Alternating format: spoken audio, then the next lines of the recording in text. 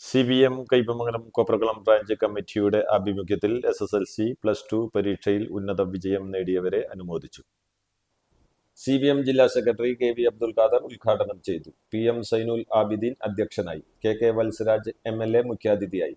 MA Haris Babu, PM Ahammed, advocate VK Jyothiprakash, TV Suresh Babu, KG Krishnakumar, Raseena, Shahul Hameed തുടങ്ങിയവർ സംസാരിച്ചു. ഷബീബ്, കുട്ടി ഗഫൂർ, ഹിസാം, സുൽഫിഗർ, സുജിന്ത്, ഷീന രഞ്ജിത്ത്, സൗമ്യ രാജേഷ്, VS സലാം തുടങ്ങിയവർ നേതൃത്വം നൽകി.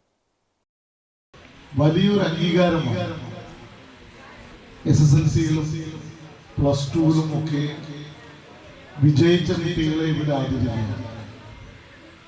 അവരുടെ ജീവിത വീതിയിൽ ഒരുപാട് ഇനിയും അവർക്ക് മുന്നോട്ട് പോകാൻ കഴിയേണ്ടതുണ്ട്. അങ്ങനെ മുന്നോട്ട് പോകുന്നവർക്കുള്ള വലിയ പ്രോത്സാഹനമാണ് ഓരോ അംഗീകാരവും. പലപ്പോഴും ഞങ്ങളെ പോലെയുള്ള പൊതുപ്രവർത്തകർ, ഞാനൊരു MLA ആയിട്ട് 10-15 വർഷം പ്രവർത്തിച്ചു. അപ്പോൾ പല വേദികളിൽ കുട്ടികളെ ആദരിക്കുകയും അവർക്ക് സമ്മാനങ്ങൾ നൽകുകയും ഒക്കെ ചെയ്തിട്ടുണ്ട്.